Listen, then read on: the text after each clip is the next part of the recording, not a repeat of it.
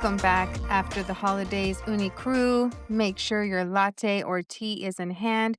Get comfortable and let's continue our journey. Today is part 2 of my South Korea trip, the moment it all comes to life. Before we dive in, don't forget to hit that follow bell so you never miss an episode. And come hang out in the lounge with me every time we explore K culture, snacks, and more.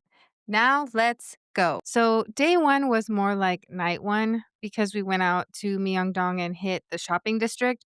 There's so many stores, and we didn't step inside all of them. That would have taken forever. But I did make sure to stop into All Mask Story.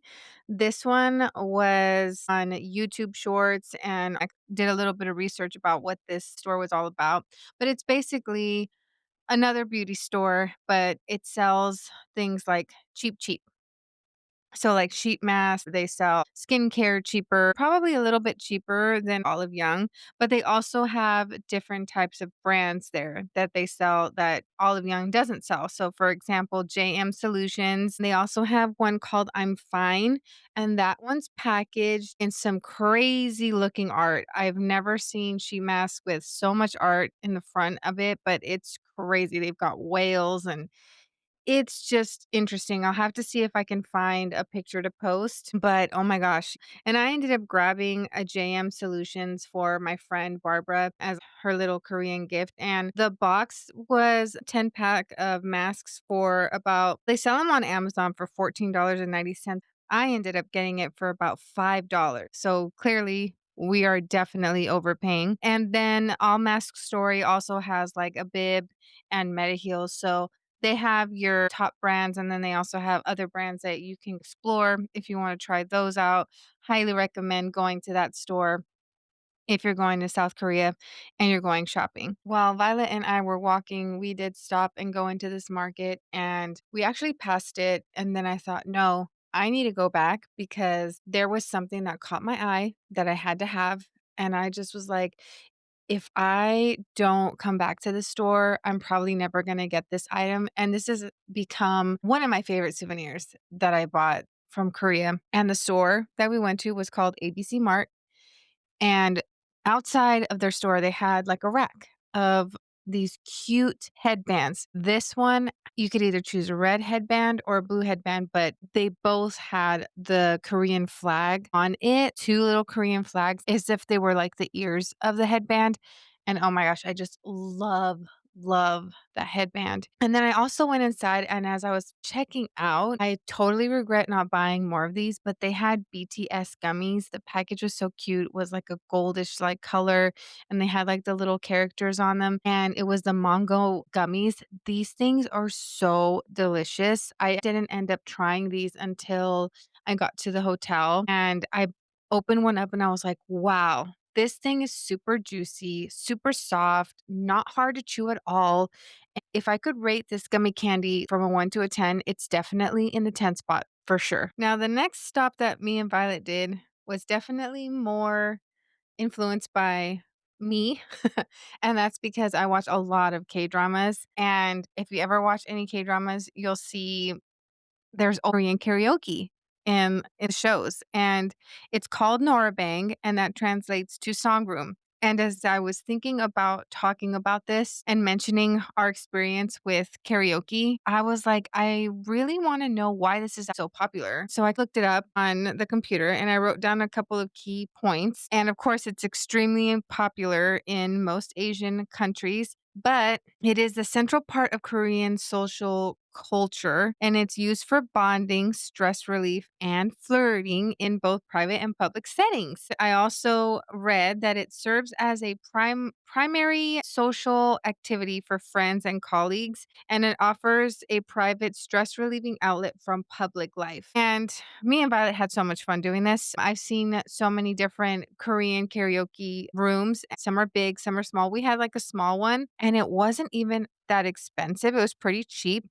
We did the hourly package and we rented the room for 1 hour. It came out to 7,000 won. And Violet and I sang a lot of songs And I kinda wish I had done this twice. They had 2 huge books filled with songs. One book was full of English and the other one was full of Korean songs. And Violet and I sang together, and at the time, they didn't have any K-pop Demon Hunter songs added to the song inventory, and I think it's because K-pop Demon Hunters was starting to climb up the popularity meter, so we just kinda sang English songs, and it was so fun. It's really cool. Their controller, it looks like a mini typewriter because it's got so many buttons. The guy did let us know how to work it, and actually Violet picked up on it really fast. But once you play a song, like, everything starts going on its own. The disco ball, the lights, you get 2 microphones, and they have, like, little microphone covers for the sponge. You can eat and drink in there, you can order food. And we just wanted water. I mean, I'm telling you, it was so hot. We didn't really care for, food. We just kinda just wanted to get hydrated. To end the night, we headed over to one of my favorite stores, Uniqlo. I fell in love with this store, and it was conveniently located across the Myeongdong night market, and it's called Daiso. Now, I know there's a Daiso in the United States. It has, like, a little bit of everything, and that's it. It's one store, one level. I mean, it's a really cool store. They sell their things for cheap. They've got Sanrio, I get it, but the Daiso in Korea is 12 stories high, and Daiso does not sell anything priced over 5,000 Korean won, which is about $4. And I filled up my rolling cart with so much stuff. I mean, since I watched a few videos on the store and I was paying attention to what kind of things they sell. I kinda already was familiar with the items that I was gonna be looking for, but just to give you a little more info, every floor is different. They have a camping floor, a sports floor, a stationary floor, home goods floor, and that's just to name a few, but I purchased a lot. I actually had to buy one of those reusable 99-cent bags that are, like, the size of, like, the Marshalls bags, and I think you know what I'm talking about. It's when you pay, they're right behind you by the register. But I filled up my bag to the top. And a couple of things that I highly recommend you purchase and I would totally repurchase all of this all over again is the VT cosmetic boxes. Those are single boxes with different types of ampules, essences, and inside the box they have 6 individual packets and they're 2 milliliters and they're micro sized. And I purchased the Sika Riedel Shot 50, 300, and 500. I already used the 100 VT intensity. This one does not hurt. It just feels prickly on the skin and there's no redness. What that is, it's little needles of like injections, kind of like if you were to compare it to Botox, but there's no kind of chemicals and bad reactions and saggy base from this product. This product is not that, but it's similar to the process. And so it opens your pores. You're supposed to use this before your toner. You put this on and it opens up a passageway for all of the other ingredients that you're going to put on top of your skin. I love this. In the morning, I think my face looks better than what it looked like the day before. The more I keep using this, the smoother I notice that my skin is. It does stimulate skin regeneration and it helps reduce the pore appearance. I also bought a bunch of snacks and different types of coffee sticks. I also bought about like 20 different sheet masks and they were all priced so cheap. There's no way I couldn't get that many. They were literally 75 cents to 85 cents each. I bought some hair products and a little bit of makeup just to kind of try it out. Eyeliner, mascara, liquid eyeliner, some lip glosses. The lip glosses feel so plush, so soft, so juicy at the same time. I really love the formulas from South Korea. And of course, they have the cutest packaging. I did buy some stationery items at Daiso as well. My daughter did buy a few pencils and pens to start the school year. I went to check out, and Violet and I were at this point of shaking and we couldn't walk anymore. So I had to get an Uber driver. And this older man did have some limited English. So I did have to use my app, and it's the neighbor Pago to communicate. Coffee first, exploring second. That's how day 2 began. Next day, we woke up, got ready for the day, and we both definitely wanted to try a coffee shop in Seoul. Coffee shops are a must and a staple. It's all about the cafe culture. And here's a fun fact for y'all. There are 70,000 coffee shops just in Seoul. And most coffee shops open between 5 and 7 a.m. in the United States. But the one that we chose, when we got there, did the whole metro thing, got off on the exits, figured out where we were, found it in like a little crack of nowhere on a second story of a building. It was already 10:30 AM and they still weren't open, and we couldn't wait any longer, so we just crossed the street. There was another place that had a big sign and it said "Burnt Soul," and that was another coffee shop, so I just told Violet, "Let's just cross the street and go over there." Oh man, did their pastries look so good. Every single pastry in that display looked great. Violet ended up getting a savory, like weenie Frank croissant, and she also got a coffee latte. I got a vanilla latte, and I also chose a croissant, but mine was more on the apple crisp sweet side, and everything just tasted so good. The bread was so fluffy and soft, wasn't too sweet for me. And I just knew, like, when I looked at the display window, that that one was going to be mine. I just couldn't stop staring at the fresh apples on top, the cinnamon. So definitely recommend that.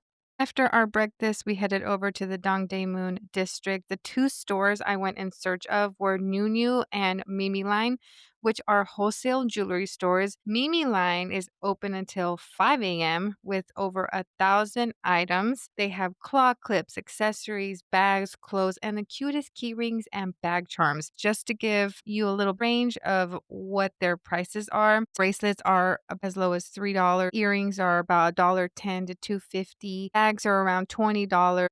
And Nunu was similar to that. After our shopping, we did go next door to a convenience store because we were getting a little hungry. We were addicted to the drink pouches. These are really popular too. You can get these at H Mart markets here in the States. But one of the bags was 1,300 won. So that's going to estimate to $1 to $1.10. And that's not including the ice cup that you have to buy. For the lunch, we both decided on samgak gimbap. That's triangle kimbap. Very tasty, and I miss eating these. There's a certain way to open these, and I never got it right. After we finished eating, we hopped back on the subway. We got off on exit 14, which was Dongdaemun History and Culture Park Station. We found a Starbucks. That's where I purchased my second favorite souvenir, my Seoul Tumbler Regional Collection, and it's purple. It features iconic landmarks of Seoul. You can only get this in Korea, so it's exclusive, and I paid around 26 for mine, but I had to have the cup. Day 3 started off with a recommendation by a summer colleague of mine, Mrs. Manetti, who also happens to be Korean. And she also lived in Korea for, I think she said, about 6 years. And she recommended doing the bus tour, which I didn't even know they had. So I looked online and got familiar with it. And it's called the Seoul City Tour Bus. They have 3 different courses, they have 2 in the daytime and 1 at night. And I chose the traditional culture course, and that ticket was 25,000 Korean won. Converted over into USD, it's about $16.96 for the adult ticket. This was one of those huge top double decker buses. The course has 15 stops that you can choose from, and you get the map. And the bus runs every 40 minutes. So you can stop at your first destination, check it out, and then you go back to the same stop where the bus picked you up, and then it takes you to the next destination. The first stop that I chose to go to was the Gyeongbokgung, and that is the former royal palace in Seoul. This place was established in 1395, and it was the first royal palace of the Joseon dynasty.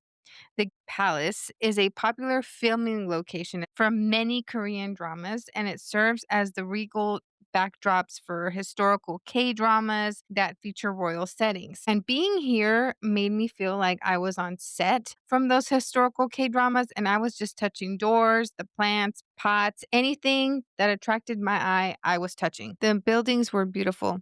I also saw a bunch of foreigners dressing up in the traditional Korean dresses, the hanbok. You can rent these dresses for 10,000 to 30,000 Korean won for a few hours, and the hairstyling is going to be an additional 5,000 won. The next stop was the Seoul Station. And keep in mind, there was stops in between the Seoul Station and the first stop, but I didn't want to go to all of those. The Seoul Station had fast food restaurants restaurants that we're all familiar with. They had Baskin Robbins, Five Guys, Burger King, McDonald's. They had a little bakery. We're kind of feeling hungry, so we decided to eat at Burger King, and their menu is so different. They had a bunch of different sandwiches. Just to name a few of their recommended menu: crisper garlic chicken, crisper chipotle, creamy jalapeno popper, originals New York steak, Bulkin burger. I don't even know what that is. Monster Whopper. I don't know if we have that here. And Violet did have a chicken sandwich and she said it was like a 9. And she asked, why can't we have this kind of food here? Ditto. I feel the same way. On our way out of Burger King, we stopped at the bakery to the left and I got 2 pastries. I'm kind of kicking myself because I didn't get more. I bought some type of cinnamon bread, and as soon as I tasted it, I instantly knew that this bakery was better than any of the Korean bakeries that I've experienced before in Los Angeles. Hands down, beat all of them. This bread was flaky, soft, and delicious. I tried to do what I used to do and just eat half of the bread and then save the rest for later. I couldn't even do that. The bakery is called Paris Croissant. Go to Seoul Station, get yourself some bread. You're not going to be disappointed. After lunch, we headed over to the Lotte Mart. Lotte Mart is one of the largest retailers in South Korea with over 120 stores nationwide. They sell things like groceries, clothing, and electronics. And I went in search of my favorite iced coffee called Maxim Ice. I thought if I was ever going to find it, it would have to be here. And yes, this is the coffee that I mentioned in my Black Friday mini haul.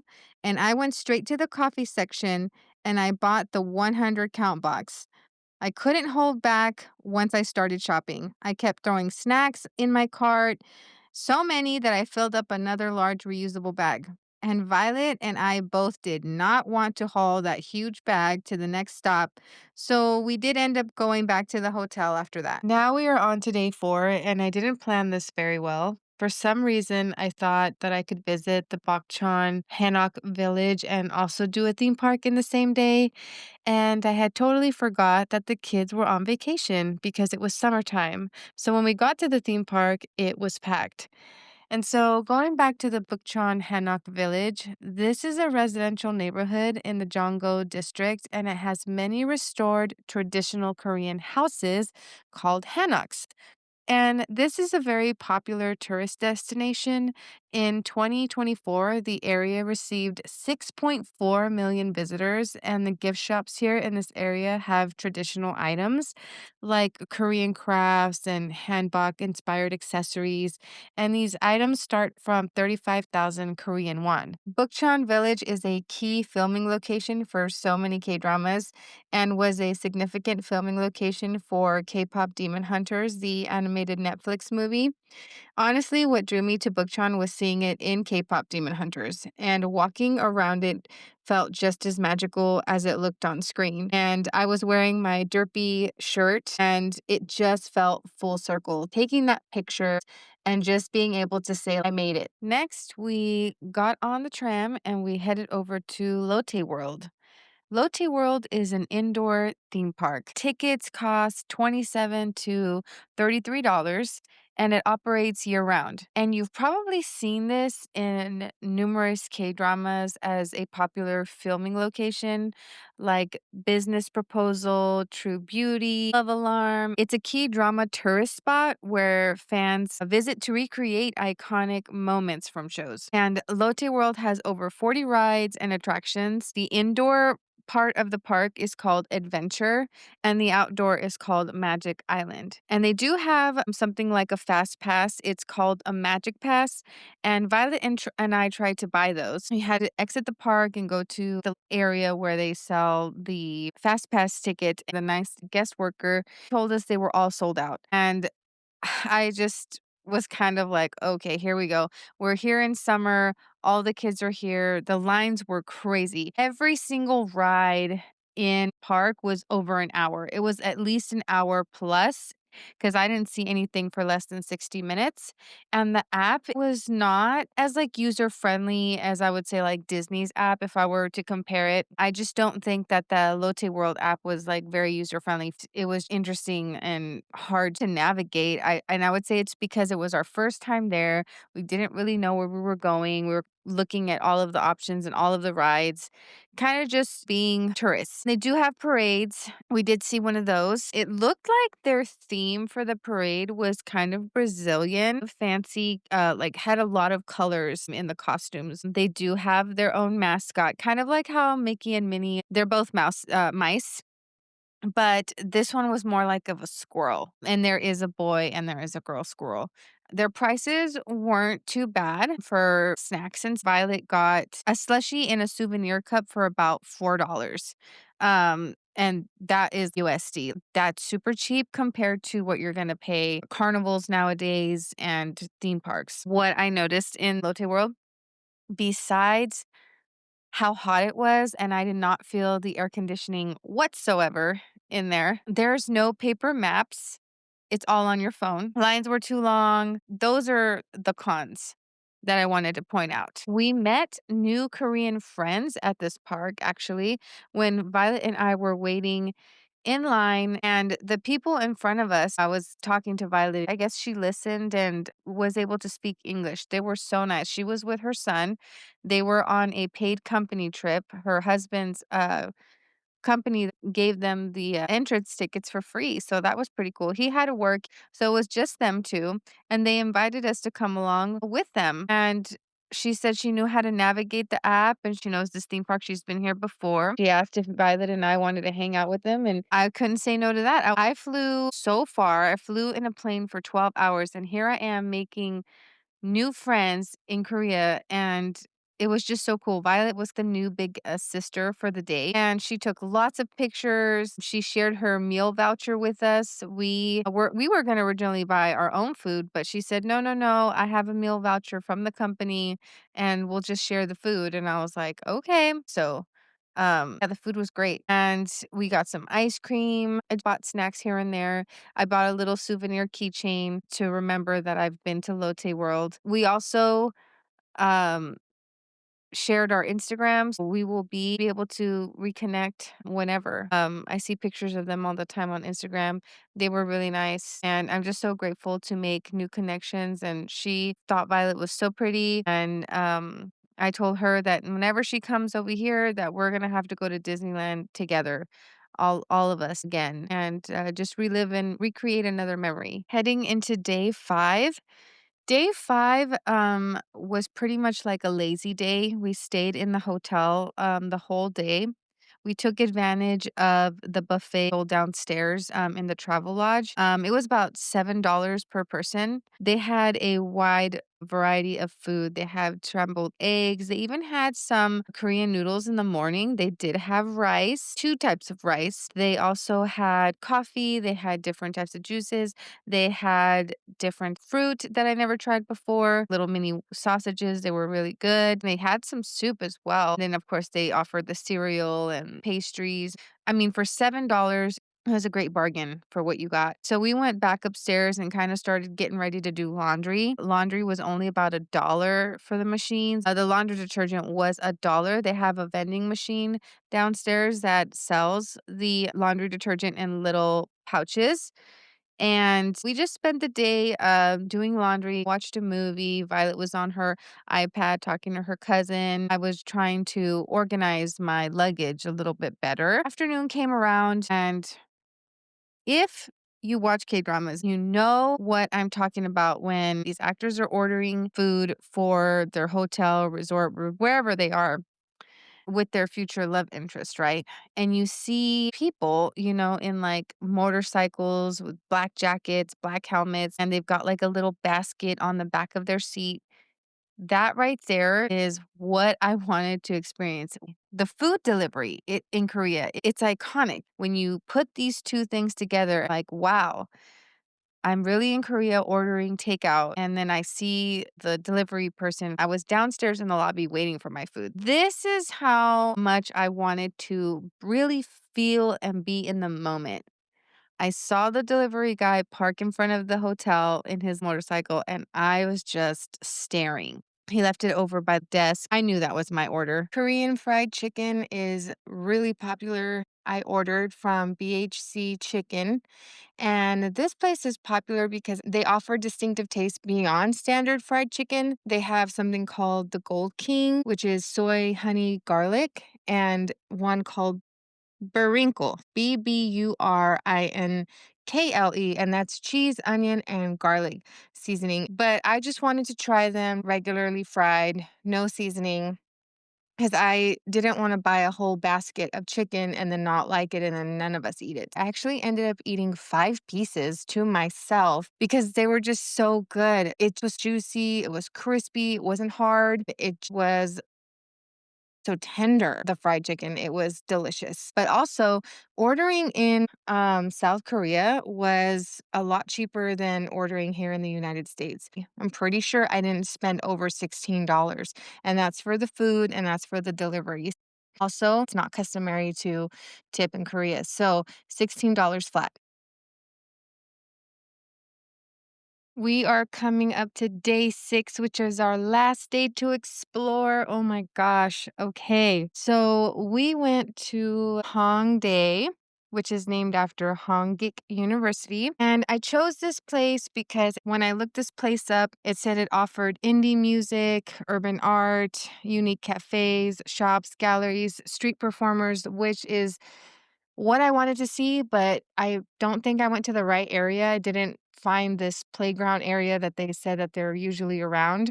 But we did get to go to Art Box. I love this store. They have the cutest paper bags. This store, it sells a little bit of everything. So this is why you should go there. They sell reed diffusers, they sell perfumes, they sell Korean band-aids. Are so cute. They sell Korean toys like those little sunny angels that stick onto your phone. They have the snack aisle, which I also got a bunch of snacks. Definitely bought some stationery items there. Violet got some items there too. It was just a really neat store. I still have the bag. Not gonna throw that away. It's like my little souvenir paper bag.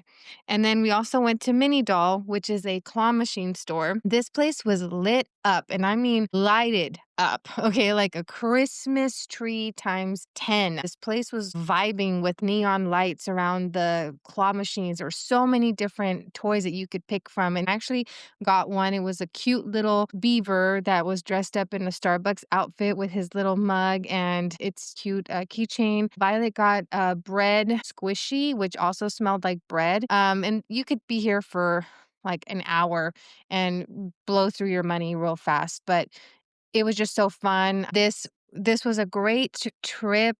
Wish I could have gone to other places. I didn't have enough time to go to the Seoul Tower. We didn't also do the locks. You've probably seen this in dramas. There's locks that you can put your initials on and then clip them onto the bridge. We didn't get to go to Gangman. Like I said, there was only 6 days in the week and we lost a day in traveling. My advice to you would be research where you want to go, what you want to do, have a checklist, try to do as much as you can, but give yourself one day out of the week to rest and relax. Summer was crucial. It was so hot. It was sweaty. I don't like to feel sticky. And I changed out of my clothes twice a day. So just to give you an example of how hot and humid it was over there, if I were to go back again, I think that I would love to go during springtime, in like March. I hope you liked listening to my adventure. I would totally do it again, and I would make a different itinerary this time. I hope that you will in the future also visit South Korea or visit your dream vacation, wherever that might be. I encourage you to plan and to set a date and set little mini goals. Enjoy it while you can. Enjoy your Wednesday, and I'll see you back here at G's Caleb Lounge next time.